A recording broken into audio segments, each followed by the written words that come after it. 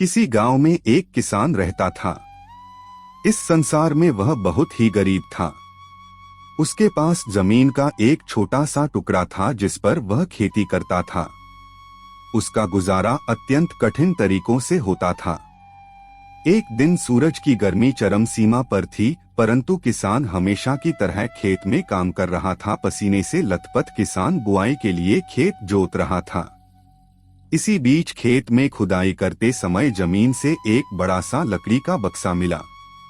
किसान ने सावधानी से बक्से को निकाला। पहले तो उसके समझ में नहीं आया कि बक्से का क्या करें।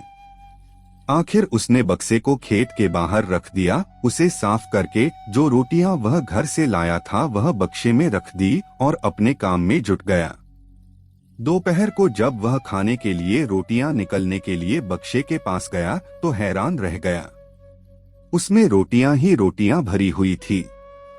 तब किसान को पता चला कि वह जादुई बक्सा था। उसमें जो भी चीज डालो उसका 80 गुना होकर बाहर आता। जैसे एक मूंगफली का दाना डालो तो तुरंत उसमें से 80 दाने निकल पड़ते। किसान ने तृप्त होकर खाना खाया और उसके बाद किसान संतुष्ट होकर बक्से को घर ले आया। बक्सा मिलने के बाद किसान बहुत खुश था। उसे लगा कि उसके सब दुख अब दूर होंगे। वह लालची नहीं बल्कि धैर्यवान व्यक्ति था। उसने बक्से का दुरुपयोग नहीं किया।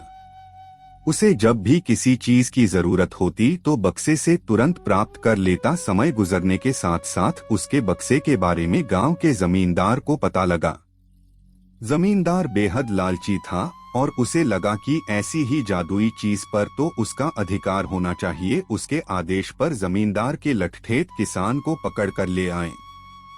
उसने किसान को धमका कर कहा, बक्सा जिस भूमि से मिला से है वह मेरी जमींदारी में आती है, इसलिए बता उस बक्से पर किसका अधिकार बनता है। किसान बोला, यह ठीक है हुजूर की यह भूमि आपकी जमींदारी पर आती है, पर बक्सा जिस खेत से निकला है उस पर मैं खेती करता हूँ, इस बक्से पर मेरा अधिकार बनता है। किसान गिड़गिड़ाया, लेकिन जमींदार ने बहुत धमकाया। बक्सा पाकर जमींदार बहुत खुश हुआ, मगर किसान का रो रो कर बुरा हाल था।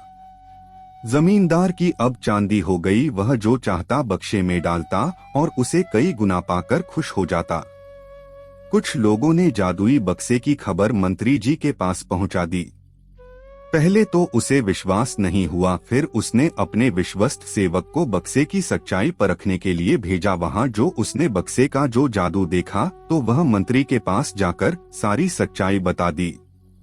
मंत्री ने जमींदार को बुलाया, फिर उसे डराते हुए कहा, हमें पता चला है कि तुम्हारे पास एक जादुई बक्सा है, उसे तुरंत हमारे हवाले कर दो। इसी जादुई बक्से को हाथ से निकलते हुए देखकर जमींदार की हालात खराब होने लगी।